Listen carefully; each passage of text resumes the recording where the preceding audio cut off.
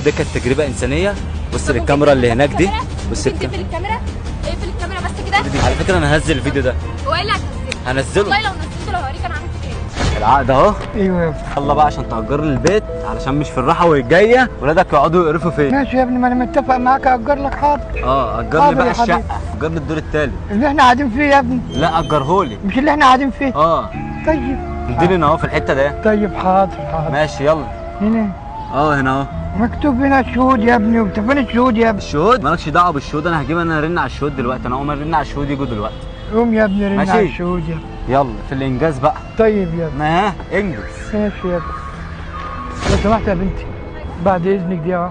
نعم يا عم، في حاجه؟ انا ابني قاعد معايا عايزني امضي له عقد ايجار الشقه اللي هو في اللي احنا قاعدين فيه. شوفي لي يا بنتي ده عقد ايه، انا مش عارف ده عقد ايه، ايجار ولا عقد ايه ده. ان انت يعني تأجر له ايجار انت بتقول؟ ايوه. طب هو فين ابنك ده؟ يا بنتي بتكلم في التليفون اهو. لو سمحت ممكن ثانيه. باباك وقفني دلوقتي، مش ده باباك برضو؟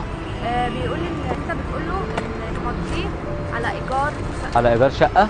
ايجار ايه وده بيع. قال لي شوفي لي العقد ده ايه، لقيته بيع. طب هاتي مالكيش طب دعوه. ممكن ثانيه طيب؟ ايه اللي دخلك طيب؟ هنفهم الموضوع ايه بس. الموضوع دلوقتي ان ولاده عارفيني في حياتي. ولاده عارفيني في حياتي في الطلعه وفي النازله وايه، وانا اللي مراعيه. طب وانا انت بتضحك عليه وتقول له ان انت عايز تأجر وانت اصلا ممضيه على عقد بيع؟ طب بص وحد الله، وانا عارف ان حاسس ان انت هتقف جنبي، حاسس كده بنت حلال. شوف الاول يعني، شوف على ازاي. كام؟ على كام؟ على كام ايه؟ يعني تقفي معايا يعني في شهاده زور مقابل فلوس يعني؟ من الاخر. تمام ماشي يا ستي، ممكن اديكي 5000 جنيه. لا انت عايزه اكتر؟ ممكن 7. ما فرقتش، بس تقفي معايا. ماشي.